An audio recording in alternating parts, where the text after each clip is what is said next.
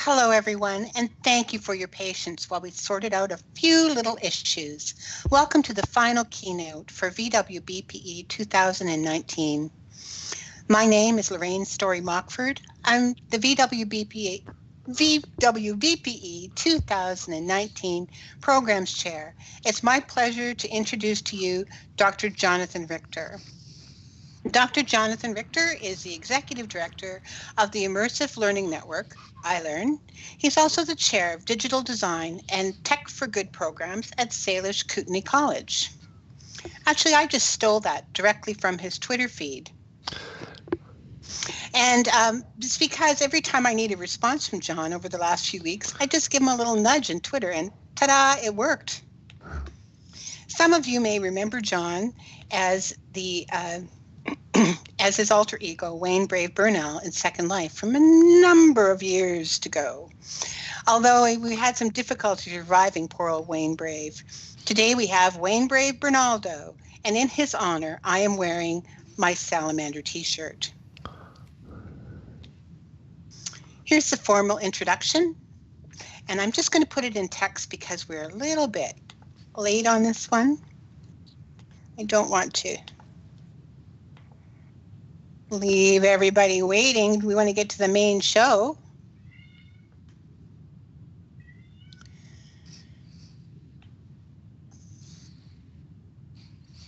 All right. Hello, everyone. So over to you, John. Hi. Great. Wow. I'm so happy to be back here in Second Life. It really does feel like home again. It's I spent a lot of years in Second Life and in OpenSim, as well as Project Wonderland, playing around and doing a lot of different fun things with educators and all the other citizens. So thank you for being here, and I'm really pleased to be able to be here for the Virtual World's Best Practices in Education Conference here 2019. So can everyone see my title slide okay? Great. Great. So this is Crossing the Horizon Together. We're talking about scanning and transforming and sharing kind of the research or what works in immersive and cross-reality learning experiences. Thank you for the introduction, Lorraine. That was very kind of you, and that is so cool to see that salamander T-shirt. So that actually comes up a little bit here. So this is what my avatar. I somehow couldn't get access to my old avatar in time, as my University of Oregon email account was disconnected some few years ago. But this is a picture of what Wayne Brave looked like. I sort of had a little bit of a problem with Second Life when I really got into the community. I felt like everybody was just too good looking and too there was just a little bit too much of a sexual nature to it, in a sense. So I really started like experimenting with a non-attractive avatar, and this is kind of what I landed on. I found a gargoyle avatar. I stripped off the textures. I put on an avatar template just to kind of play around with people not thinking like, who are you? And and then in the 2009, I think it was, at the Second Life the Second Life conference, I got awarded the educators, or the most ugly educator award. And so I had to stick with this avatar, and that's kind of what happened. So I kind of enjoyed putting people off a little bit. I think that might come from my roots in punk rock. I grew up in the 80s and kind of liked to make people look at me in one way, but then kind of warm up to them and kind of try to blow their minds. So that was kind of fun. Anyways, here in these virtual worlds, because the technologies are always changing and because people's appearances are not always what they seem, people are constantly making an effort of naming something and framing something. Like if you can put words around it and name it, then you might be able to, understand it. And that is a constant, as you know, challenge. Technologies are always changing, things are always moving, and things aren't always what they seem. And yet we're looking for actual evidence and trails of breadcrumbs to identify and name things for what they are. And so it's a really interesting third space to do research. So on the one hand, Chris Deedy back in 2009 gave a really sweet definition for immersion, and that's the subjective impression of participating in a comprehensive, realistic experience. And what comprehensive mean and what realistic means, right? It's this feeling like you're in a space or you're situated in a place. And that can mean a lot of different things to people. You can be immersed, of course, in Second Life. Most people are experiencing Second Life on a 2D screen, but we're in a place. You can, of course, don the virtual reality goggles and you can be a bit more immersed. But you can also be immersed in a good book. As the words come together and your imagination takes over, you're in that place. And so there's a lot of different ways of being immersed. And the Immersive Learning Research Network is interested in all of them, but we're interested in really figuring out what works for whom in what circumstances. And so that's kind of fun to do. And Chris Deedy at Harvard University has been, I've been fortunate to call him a friend and a mentor. And so he's really helped us to situate that research across these different ways of being in different places. And this new term, XR, it's not really new, but it's really becoming a new popular term around the world, is another thing that we're naming and framing. And so recently Wired Magazine came out and called this the third pillar of entertainment. Or they're also wondering perhaps it's just a lot of marketing hype. You're seeing XR attached to lots of different consumer marketing and consumer reports, or perhaps it really is the next big thing in immersive experience. Of course, perhaps it's all three of these things.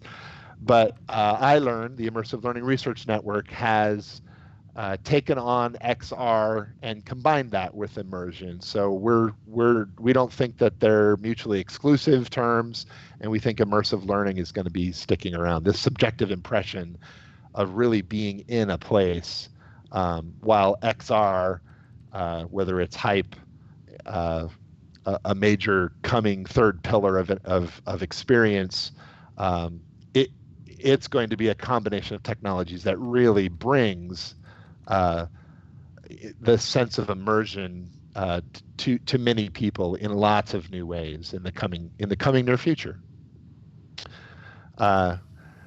So to go back just a few years, 12 years, to the Salamander project, for maybe how I got kind of started into this immersive field of research more earnestly. I worked at the Center for Advanced Technology in Education at the University of Oregon. I'd been there for a couple of years, doing research with students with learning disabilities. So we basically ported the research for what works for students with learning disabilities in the physical classroom, and we ported those best practices over to the computer environment. And my boss and my friend, Dr. Lynn Anderson Inman at the University of Oregon, really encouraged me to kind of strike out and form my own research agenda, kind of experimenting in my own interest areas as well. And I was like, wow, I love video games and I love these virtual worlds. And so within a couple of years, we started really making friends and community in Second Life. So we wrote a proposal through the Northwest Academic Computing Consortium to create a searchable database of the various educational builds in Second Life. And we partnered with a Spanish company called Slug. I'm not sure if Slug is still around, but they were basically a delicious style tool that you could use in Second Life to tag things. And so we partnered with them and Eloise Pasteur, and together we created sort of this heads-up display. Here is an old photograph from about that time with a picture in the upper left-hand corner of the Salamander HUD, where you could push the push pin, which allowed you to take a landmark of whatever it was you were looking at. You could also tag avatars, by the way, so people could be educational resources too. And then there was a magnifying glass to click on the search, so you could search through the whole database of everything that people had looked for. And then there was an information button. But this was the original Salamander dispenser there, that orange dreamsicle looking vendor. And this was the kind of the space where we first started talking about the findings. So that's Wayne Brave's, the back of Wayne Brave there from that photograph. So basically we took there's at the top of this next slide, you can see we're in Second Life, partnered with Slugs. We get tags and descriptors from there, and we took those results and we ported them over to a wiki, the Salamander wiki, where we took and fleshed out the findings from those tags, which we were looking to enhance the Second Life education community, the SLED community, and then the ones that really made it kind of fleshed out and looked worthwhile, according to peers. So we had a star rating system on that wiki. Those then got ported over to the Merlot, the multimedia educational resource for learning and online teaching materials collection of the California State University system. Most of you know merlot.org. It's a great resource with lots of communities of practice, but that's where we would put the peer-reviewed stuff.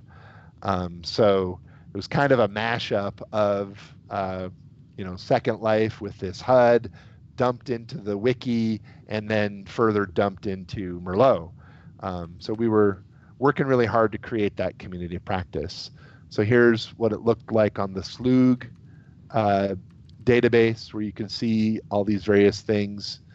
And then here is this next slide is an example of what it looked like on the Salamander wiki. With the ratings there at the top, you can see the stars and a couple of photographs from Math Playground. And then here's what it looked like on the Merlot server. So it took these three distinct kind of places: Second Life with all these education materials, the Slug database, the Salamander wiki, which was more trying to get the education group in Second Life to really vet and work with these materials. And then once you got to the Merlot side, it was really trying to open it up and showcase what was possible in this virtual world for educators all over the world through this. I think it's one of the most widely used databases for educational materials. So we found some success, and back in 2008, this project was featured in the Horizon report, which was put out by the New Media Consortium and EDUCAUSE as a data mashup. And so we're really excited about that and really proud, and things were amazing. Life was good. we were traveling to conferences and kind of trying to build that core community, and it was great. But from this, we sort of looked at the kinds of activities that people were tagging and trying to analyze the dimensions of use from that. And what we landed on was basically engagement, that there's various kinds of engagement that learners are doing while they're in Second Life learning.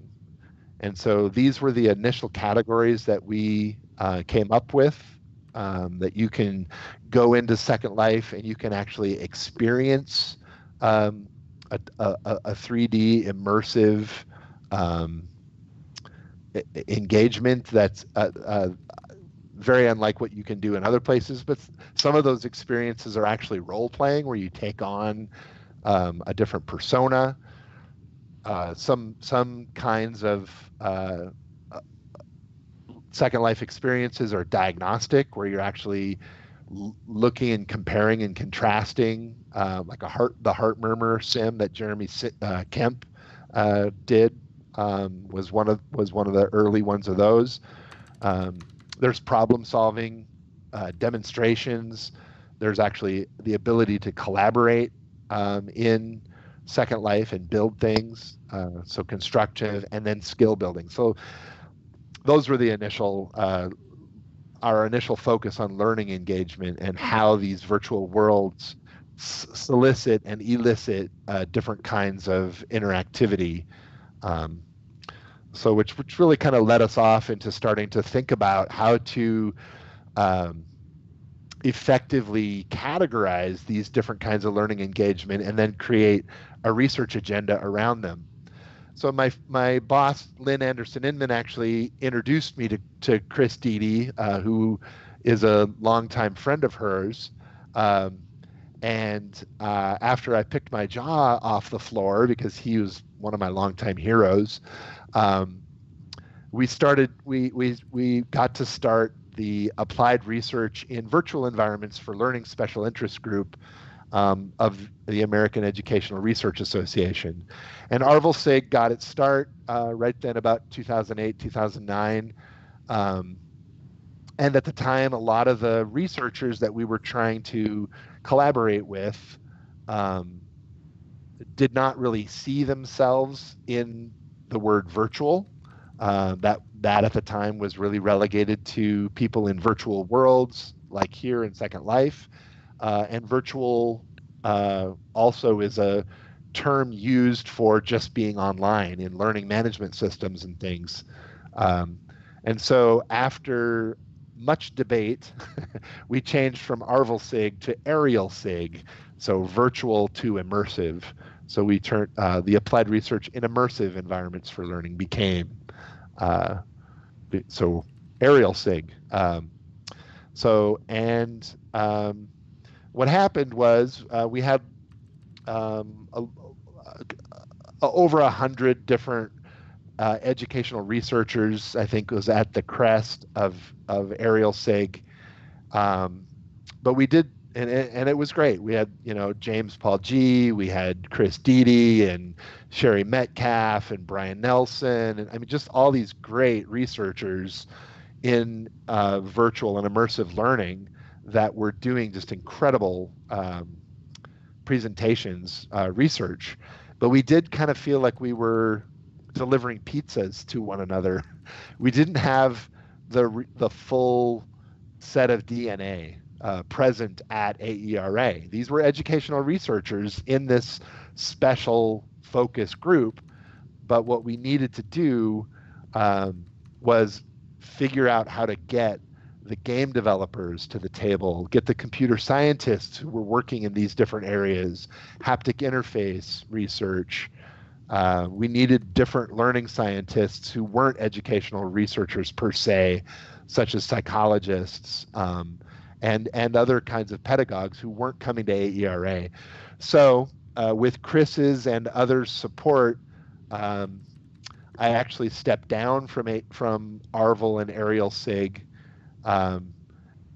to to form another group that would maybe more encompass this larger folks. I have a slide here on one of the last things that we started doing. I was engaged in Second Life here, and this is the virtual safaris of getting different people to go about Second Life and other immersive spaces, games, etc., to really harvest the educational capacity. And I just threw that in there to show you. But this is what became, like I said, this larger scope of game developers and computer scientists, ed tech, as well as others.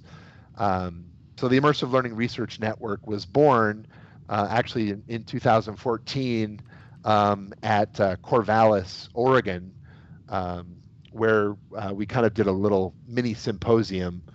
But in Prague back in 2015, we had our first international meeting in connection with a ambient intelligent environments conference, and they're still good friends with us. We're colleagues with the ambient and intelligent environments conference.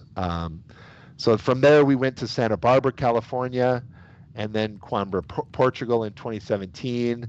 Last summer was here in Missoula, Montana, and we're looking forward now to going to London in this June. So basically what we got was kind of jumping back and forth to various locations in North America to Europe year after year. So North America, Europe, North America, Europe. And then this past December, through my colleague Mark Lee, who he and I worked at Merlot together, and a number of different projects. We've been friends and colleagues for quite some time. iLRN started co-hosting a special track on XR and immersive learning at the TAIL conference in Wollongong, Australia, this last December. So we're looking forward to this coming December at Yogyakarta in Indonesia, and then in 2020 it'll be in Japan. So we're going to be looking to co-host that special track on XR and immersive learning for the TAIL conference for the foreseeable future as well. So kind of what this gives us, or what this has kind of sprouted, is, like I said, North America, Europe, last week of June each year. And that, so we've created kind of a foundation of research around what we call the triumvirate of immersive learning. And that is, you need good computer science kind of underneath what your immersive learning is about. You got to know the software, and you have to know the hardware. And then with that is the game studies. So game developers, like understanding how to create a high quality interface that will hook that user to stay in that environment, learn, kind of stay focused on what you want them to learn, persist at their efforts, and engage in that material, perhaps for quite much in interesting ways. I mean, that's a whole set of, as you all know, knowledge and dispositions for doing that. And then that also needs to be hooked to the learning outcomes. So the psychologists and the pedagogues who understand assessment, who understand the particular nature of the discipline for whatever the environment is being created for. And then, so computer science, game studies, and learning sciences is sort of the foundation of immersive learning. But then we also want to meaningfully connect to what works to all the disciplines where these immersive and XR learning is applied. So medical education, cultural heritage and language, environmental sciences and the natural world. There's immersive experiences for teaching software engineering, the arts, humanities, literature. So of course, immersive learning in XR can be applied to so many different disciplines and lenses. Anywhere where a situated understanding is required, immersive learning can do some good. So these are just a couple of the special tracks from Missoula in 2018. We had a local artist create a special track cartoon for each of them. So I just had 4 of them. This is the Immersed in Cultural Heritage special track on the left, and the Climate Change and Disaster Management Analytics special track on the right. And then on this next slide, the special tracks for Environmental Sciences and Immersive Learning on the left, and the Immersive and Engaging Educational Experiences on the right. So these are kind of evolving into sort of special interest groups or communities of practice within iLRN, and we're sort of allowing the research and the community to bubble up. But we're having a lot of fun at these conferences. We try to make iLRN itself is an immersive conference. So we create an immersive experience that tours the various virtual and immersive spaces featured at the conference, as well as the host location where we are meeting becomes this immersive space. We enjoy the food, the culture, and all the things that are not quite yet there in these technologies. We try to enrich the senses and we have a good time. In essence, what iLRN is really trying to do, in addition to tying these various content areas that are necessary to create high quality immersive experiences, we're trying to showcase this high quality research, and that's through partnerships with top tier journals such as Virtual Reality and the International Journal for Educational Technology. And so we do computer science journals, we do education technology journals, and we try to vet the top research to be celebrated, because it's kind of a gold standard around the world to have that. So we need to keep that research standard very high. At the same time, we really want to connect that research to practice. So we also are trying to create high quality experiences at the conferences and within the network online, so that practitioners have a showcase of what works, and they also have opportunities to present and do hands-on demonstrations and workshops at these conferences as well. So it's a big community of practice that we're trying to create that connects that top level research to various levels of practice. So each conference, like I said, we try to create an immersive experience, and then also we're doing this annual scanning effort that starts at the beginning of the year. We just started our first formal scanning effort this January. So we're scanning the environment, looking for emerging trends and technologies, as well as journal articles that are popping up across the disciplines. We're identifying those trends and technologies, and we're gathering those so that we can put those into a format that is consumable by researchers as well as industry and practitioners. So halfway through the year, which is our iLRN conference, we're going to be gathering in London, and we're going to be sifting through the findings so far, and we're going to be highlighting the areas that we've been that have surfaced, and we're going to be plotting for what we're going to be doing next. So then at the TAIL conference in Indonesia, we'll be wrapping it up. We'll be saying, what have we found? Let's create this summary and let's put a bow on it, and then we'll release it to the public like the On the Horizon report was by EDUCAUSE and NMC for years. Only we're going to be very specifically focused on immersive learning and XR.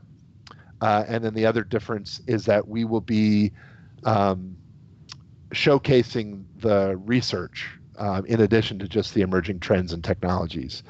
So we're really excited about this, and it is.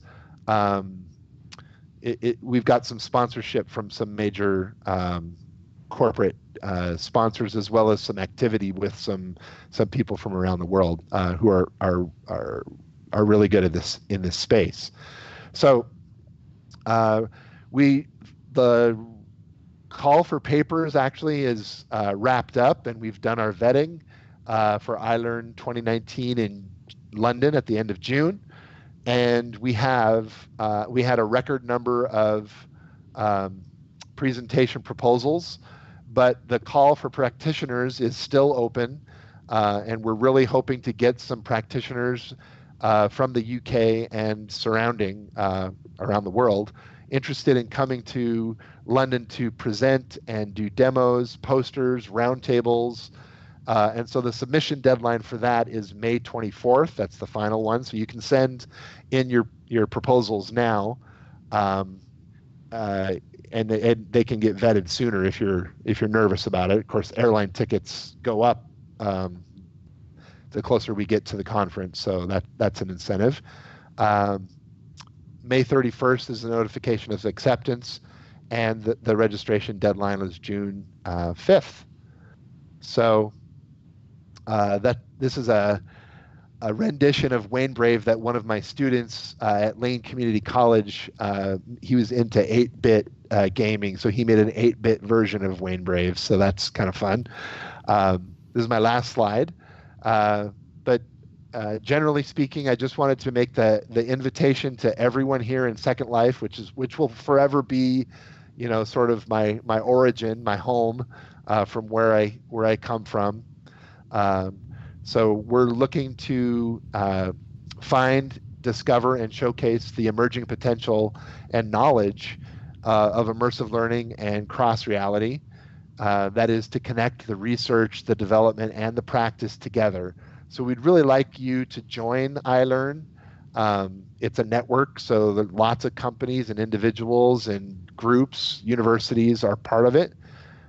You can check it out at immersivelrn.org. That's our website.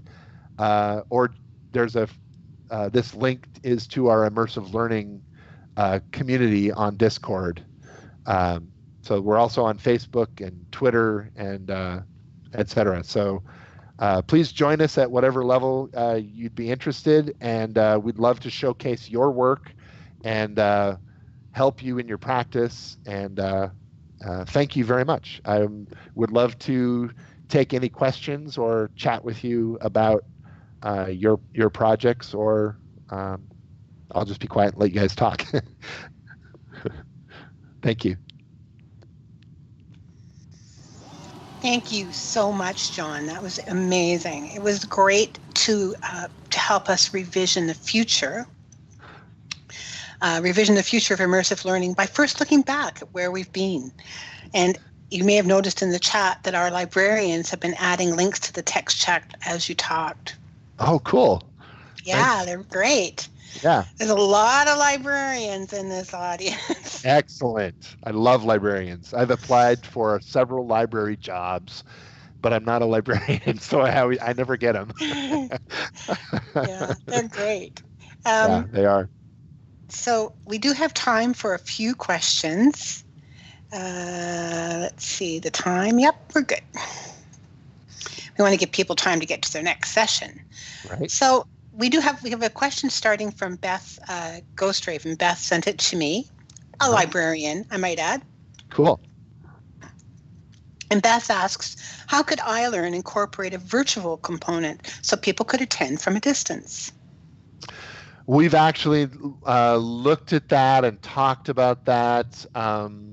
We would love to be able to do that. We've actually talked with Kevin extensively, Kevin Feenan from the Virtual World's Best Practices in Rockcliffe, about possibly doing a special track that would include virtual world presentations and a way for people to attend within different virtual worlds, including Second Life, at the conference. And to date, it just hasn't fully taken shape, but we absolutely would love to be able to do that.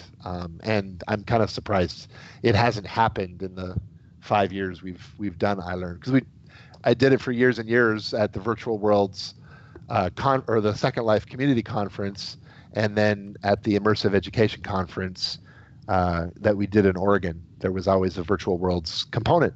So I think it's a matter of getting a group of people who would be interested in contributing that aspect to the network and then coordinating it. So we would love to chat, and if anybody's interested.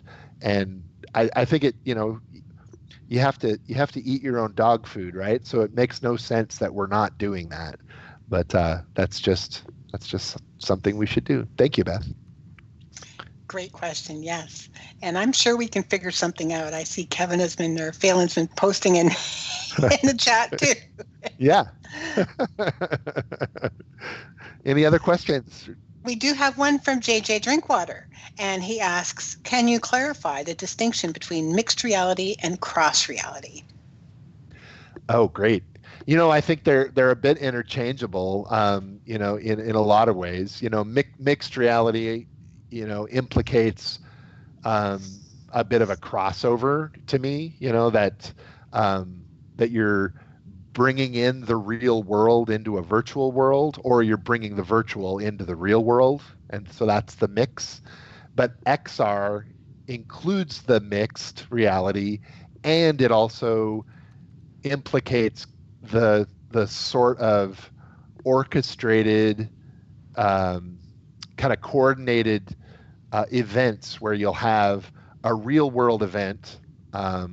I always like to use, like, you're at a party, you're at a conference, and you just some like formal event, and there's a band and there's food, and then over in that corner you can put on the virtual reality headset, and then you can take out your phone and there's augmented reality, and it's all woven together.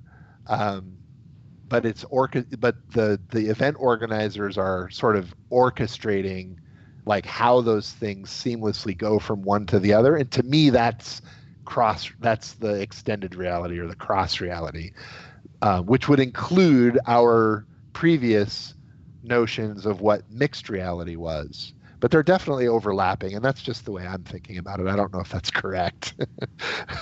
It's it depends on if you're talking to marketers or researchers.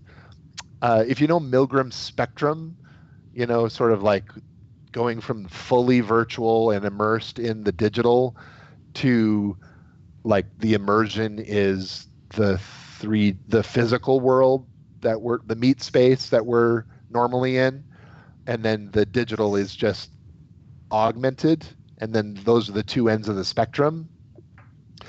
Like, I can situate and think about mixed reality is all the stuff in between, whereas XR is kind of like pushing everything out into the everyday world in all these different permutations. And I don't know that I might be just digging myself a hole. I don't know if that helps.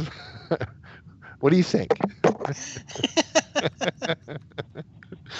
Well, Val had a related question, and Val Librarian is, again, one of our librarians, and she asked if you could give a definition of XR. So I think you've just done that. Yeah. XR, like I said, that Wired magazine article that just came out last month really talks about that really well, and there is no definition. It depends on who you're talking to. It's kind of a fuzzy logic sort of thing. Whether it's kind of a marketing buzz, because it's all over the world. People are talking about XR. It's also companies are copywriting things with XR and pushing the hype around it. But a lot of it's hype, and hype is unsustainable by nature. It's just a lot of buzz, and a lot of it's going to fall away to the wayside because it's not sustainable. And so trying to figure out what the reality of XR is, there's in London, actually, they have you can zip line across the Thames River, and then you can put on you get 2 tickets, and the second ticket you put on the virtual reality headset, and they time the zip line flight with the experience in the virtual headset is the fastest zip line in the world in Dubai. So you cross the Thames River, only you feel like you're in Dubai going as fast as any zip line has ever gone. And so that's cross reality, right? But it's kind of mixed reality too. So I don't know. Does that make sense?